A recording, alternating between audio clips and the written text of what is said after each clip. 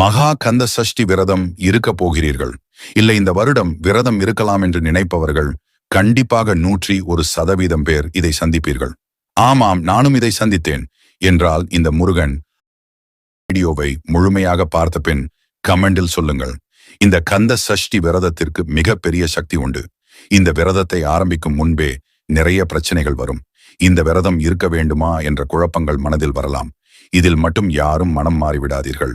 அசைவ உணவுகள் உங்களை ஏதாவது ஒரு வகையில் தேடி தேடி வரும்.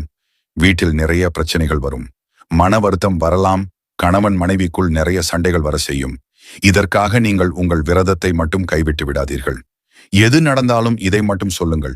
எனக்கு எத்தனை சோதனைகளை நீ கொடுத்தாலும், எனக்கு எது நடந்தாலும் முருகா உன் அருள் எனக்கு வேண்டும் என்று கூறி முழு மனதோடு விரதம் இருக்க வேண்டும். நீங்கள் 48 நாள், 21 நாள், 6 நாள் என்று எந்த விரதம் இருந்தாலும் சரி, குழப்பத்துடன் இருக்க வேண்டாம். உங்களுக்கு எது முடியுமோ அதை மட்டும் செய்யுங்கள். அதுவே போதும். 3 வேளை சாப்பிடாமல் இருக்க முடிந்தால் இருங்கள். இல்லை என்றால் 1 வேளை சாப்பிட்டுக் கொள்ளுங்கள். இல்லை 2 வேளை சாப்பிட்டுக் கொள்ளுங்கள்.